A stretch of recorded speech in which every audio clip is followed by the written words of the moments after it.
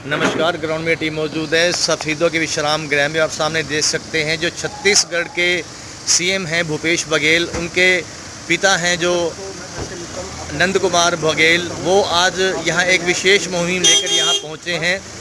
अभी विश्राम गृह सफ़ीदों में जो छत्तीसगढ़ के सीएम हैं, हम आपको फिर से बता दें कि छत्तीसगढ़ के सीएम हैं भूपेश बघेल, उनके पिता हैं ये नंद कुमार बघेल, जो अभी सफ़ीदों के विश्राम गृह में पहुँचे हैं और उनका फूल मालाओं से यहाँ स्वागत किया जाएगा। जो RPI party, Republican party of India, Ambedkar के जो राष्ट्रीय सलाहकार हैं नंद कुमार बघेल,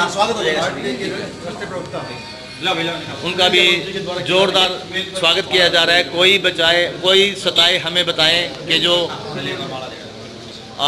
अध्यक्ष हैं सुनील गहलोत और उनके साथ मौजूद अन्य कार्यकर्ता रिपब्लिकन पार्टी ऑफ इंडिया के, यहाँ उनका जोरदार तरीके से स्वागत किया जा रहा है। फूल मालाएं पहनाकर और बुके देकर उन्हें सम्मानित किया जा रहा है। उनके पहुंचने पर जो स्वागत की प्रक्रिया आप देख सकते हैं, हम दर्शकों को दिखाना चाहेंगे ग्राउंड मीडिया के माध्यम से। एक बार फिर आपको याद दिला दें कि जो छत्तीसगढ़ के सीएम हैं, मुख्यमंत्री हैं भूपेश बघेल, उनके पिता हैं नंद कुमार बघेल, जो रिपब्लिकन पार्टी ऑफ इंडिया के राष्ट्रीय सलाहकार हैं। सफ़ीदों के विश्राम गृह में एक विशेष मुहिम को लेकर यहाँ पहुँचे हैं। अभी प्रेस कॉन्फ्रेंस के दौरान आपको जानकारी भी देंगे हम कि किस विषय को लेकर यहाँ पहुँचे हैं। साथ में सुनील गहलोत हैं और रिंकू धानी एडवोकेट, उनका स्वागत करते हुए आप देख सकते हैं सामने रिंकू धानी एडवोकेट है, जो एक कर्मठ कार्यकर्ता हैं आरपीआई पार्टी के, वो उनका स्वागत कर रहे हैं कार्यकर्ताओं के साथ मिलकर यहाँ सफ़ीदों के विश्राम गृह में। आप यहाँ देख सकते हैं लगातार ये तस्वीरें हम आपको दिखा रहे हैं। जो नंद कुमार बघेल हैं सीएम छत्तीसगढ़ के, जो भूपेश बघेल हैं उनके पिता हैं, ये आज एक विशेष मुहिम के दौरान यहाँ पहुँचे हैं और सामने आरपीआई पार्टी के जो कार्यकर्ता हैं वो जोरदार स्वागत कर रहे हैं। उनके बुके देकर, फूल मालाएं बनाकर, और यहाँ सैकड़ों की तादाद में कार्यकर्ता मौजूद है। आपको दिखाना चाहेंगे हम सफ़ीदों के विश्राम गृह सफ़ीदों से सुनील गहलोत जी के आगे बढ़ो, हम हमारे साथ हैं, आगे बढ़ो, हम आपके साथ हैं, आप देख रहे हैं, आगे बढ़ो, हम आपके साथ हैं। शेयर करें, लाइक करें, फॉलो करें। इसके बाद आपको हम रूबरू कराएंगे जब ये एक पत्रकार वार्ता होगी प्रेस कॉन्फ्रेंस के दौरान कि किस मुहिम को लेकर आज यहाँ पहुँचे हैं। ये लगातार बने रहिए आप इस खबर के साथ।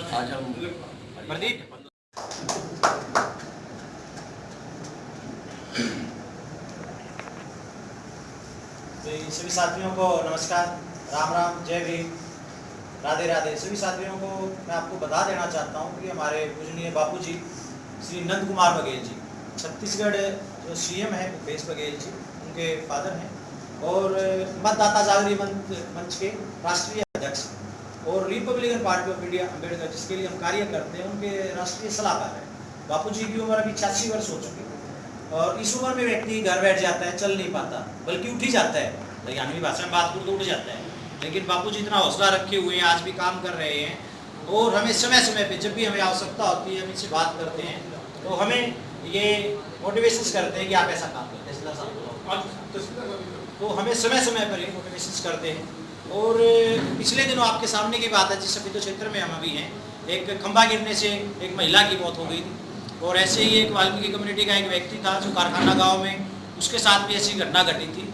तो समय समय पे हम बापूजी से बात करते हैं, ये हमें मार्गदर्शन करते हैं और आप सभी को पता है कि उस वक्त हमने उनको न्याय दिलाने का काम किया था। हमारे तहसीलदार साहब भी यहाँ मौके पर पहुँचे हुए हैं, इन्होंने भी उनको आश्वासन दिलवाया था।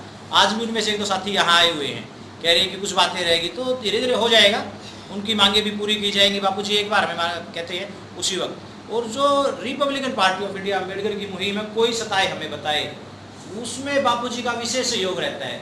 बापूजी पूरे भारतवर्ष के भ्रमण पे निकले हुए हैं, उसी कड़ी में आज यहाँ पे आए हुए हैं और आज पहला कार्यक्रम सफ़ीदों में है हरियाणा का। इसके बाद हमारे हरियाणा में लगातार 4 दिन के कार्यक्रम है, फिर हम पंजाब में जा रहे हैं, पंजाब के बाद हम JNK में जाएंगे, JNK से हम हिमाचल में जाएंगे और 6 स्टेटों का हमारा आपका दौरा है। और हमारे भाई हैं निक्की अरोड़ा जी जो आए हुए हैं, जो ऑल इंडिया ब्यूरो चीफ हैं जय भीम चैनल के, हमारे बीबी पटेल जी आए हुए हैं जो किसान मोर्चा के राष्ट्रीय अध्यक्ष हैं, जो हमारे बीच में भी आए हुए हैं, और भी हमारे सभी पूजनीय जो साथी यहाँ पे आए हुए हैं, उन सभी का स्वागत करते हैं। और विशेषकर बापू जी का कि वो 86 वर्ष की उम्र में आज भी इतना कार्य कर रहे हैं और हमें मोटिवेट कर रहे हैं। मैं ये कहता हूँ कि आज 16 वर्ष का युवा वो काम नहीं कर सकता जो बापू जी आज 86 वर्ष की उम्र में कर रहे हैं। मैंने बाबा साहब अम्बेडकर जी को नहीं देखा, उनका संविधान देखा, उनकी किताबें देखी। हमने तथागत गौतम बुद्ध को नहीं देखा, उनकी किताबें सुनी, उनके विचारों पे चल रहे हैं। लेकिन बापूजी स्वयं उनकी विचारधारा पर चलकर मैं उन्हें देख रहा हूँ कि वो वही काम कर रहे हैं जो उस वक्त उन महापुरुषों ने किया। ये उनकी विचारधारा पे चल रहे हैं, समाज की बात करते हैं, समाज को न्याय दिलाने की बात करते हैं, गरीब और शोषित कोई भी उसको न्याय दिलाने की बात करते हैं बापूजी। तो मैं अपना वक्तव्य यही रखता हूँ, समापन करता हूँ।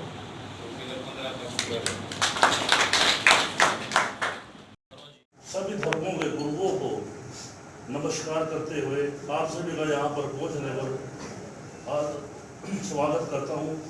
और विशेषकर हमारे जो मुख्य अतिथि हैं श्री नंद कुमार बघेल जी, जो छत्तीसगढ़ के से चल के यहाँ पे आए हैं, और इनके साथ पटेल जी आए हैं चल के, और जो हमारे विशेषकर ये निक्की अरोड़ा जी जो हमें प्रोत्साहित करते रहते हैं, और हमारे राज्य के स्टेट के प्रधान श्री अनिल कुमार बड़गुंजा जी, सुनील गहलावत जी राष्ट्रीय प्रवक्ता, नॉर्थ इंडिया के प्रेसिडेंट, और जितने यहाँ पर सम्मानित व्यक्ति आए हैं मेरे लिए सारे सम्मानित हैं ये सभी।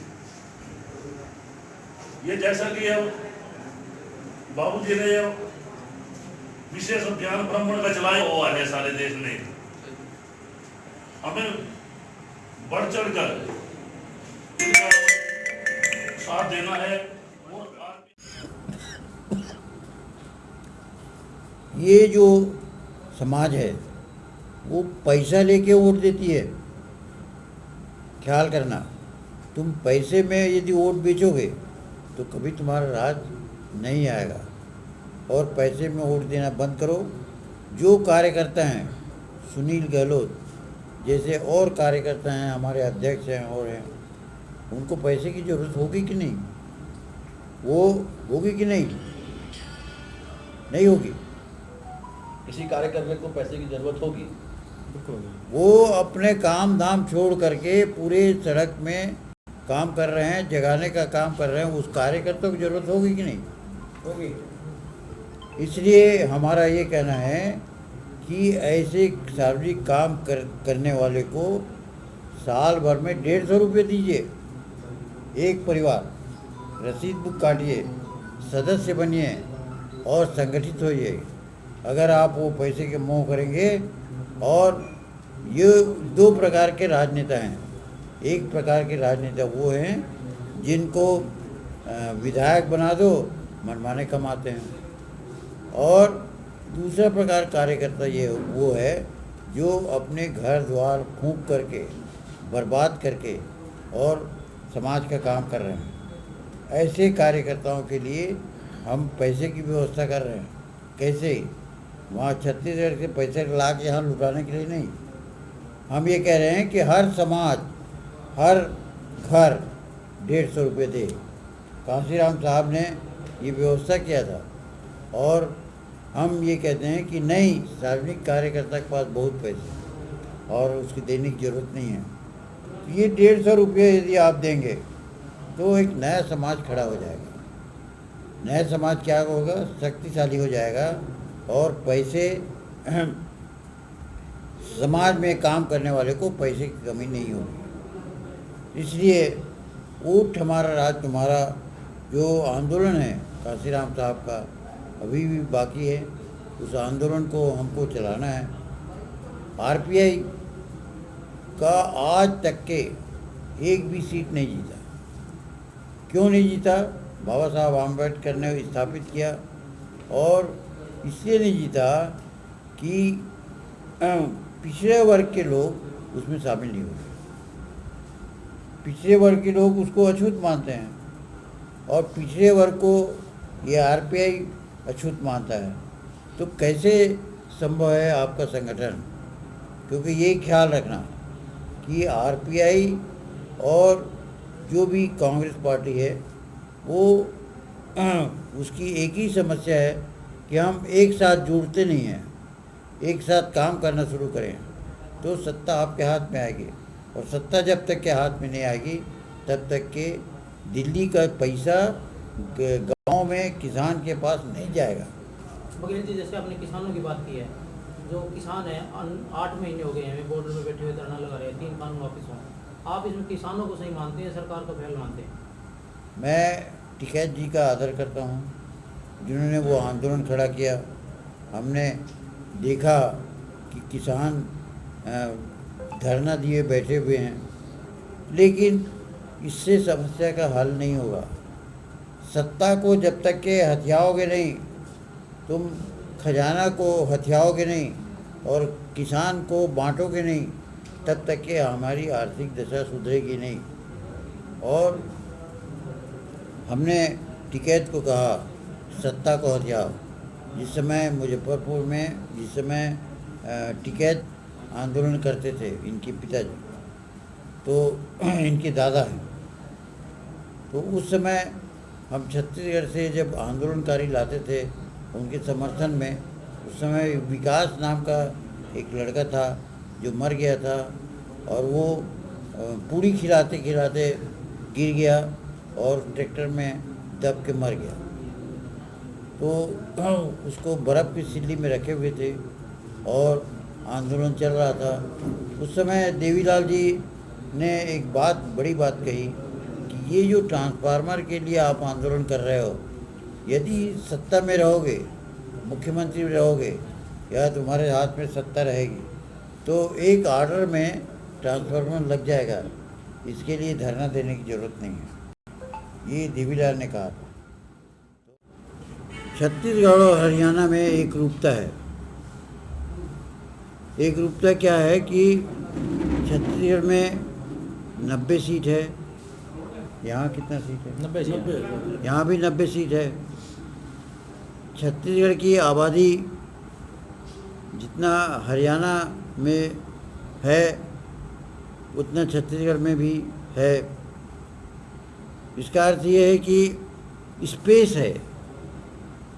उत्तर प्रदेश और बिहार में स्पेस नहीं है, जगह नहीं है। इतनी ज़्यादा आबादी है कि वहाँ शहर सड़क में चलते जाओ और पता नहीं चलता कि कब एक शहर से दूसरे शहर लग गया। वो रास्ता भर एक दूसरे से कनेक्टेड है, एक शहर दूसरे शहर से लगा हुआ है। हमारा विषय है कि जो भूपेश बघेल ने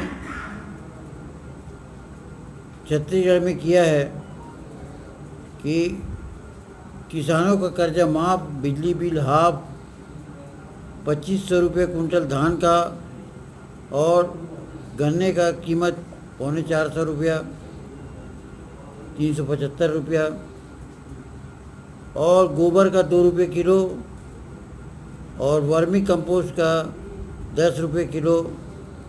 उससे छिड़काव करने से एक तो खरपतवार मर जाते हैं और दूसरा उसमें बहुत ज़्यादा जीवाणु पैदा होता है और फसल भरपूर होता है।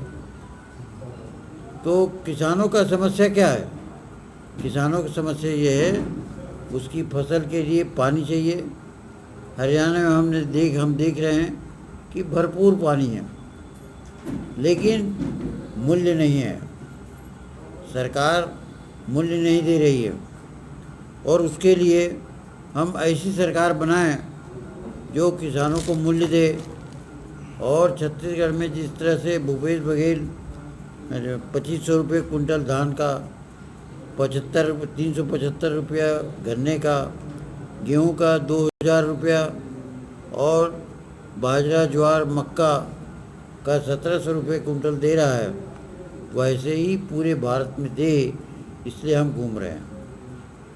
हमारी मांग है कि जो छत्तीसगढ़ में भूपेश सरकार ने दिया है उसको दे। साथियों, इसके लिए राजनीतिक सत्ता आपके हाथ में होना चाहिए, चिल्लाने से नहीं होगा। मांग करने से नहीं होगा, मांगो मत, छीनो। कांसीराम साहब कहते थे, हम छोटे थे तब उनके साथ काम करते थे, और वो कहते थे कि वोट हमारा राज तुम्हारा नहीं चलेगा।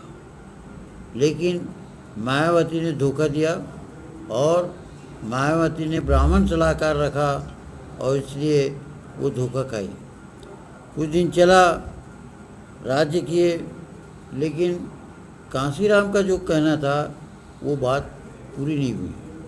वोट हमारा राज तुम्हारा नहीं चलेगा, ये कांसीराम जी साहब कहते थे।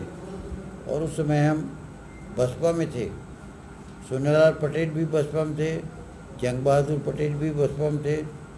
और धोखा हुआ किसानों के साथ। किसानों के साथ में धोखा ये हुआ कि जो हमारी मांग है, टिकैत जो मांग करते हैं, वो मांग करते हैं कि हमारे धान के भाव, कृषि उपज के भाव पर चर्चा हो, लेकिन मोदी चर्चा नहीं करता। और क्यों नहीं करता?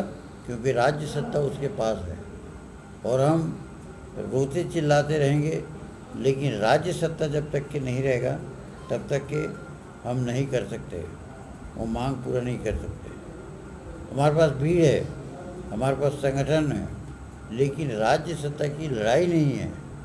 राज्य सत्ता की लड़ाई चाहिए। कुछ लोग कहते हैं कि मांग करते जाओ। 74 साल के इतिहास में आज हम देख रहे हैं कि किसानों के हित की बात कोई भी सरकार नहीं करता। वो चिकनी चुपड़ी बात करके अपना वोट ले लेगा, और ये जितने दलित शोषित। राष्ट्र निर्माण की जानकारी के लिए ग्राउंड मीडिया चैनल को सब्सक्राइब करें और शेयर करें।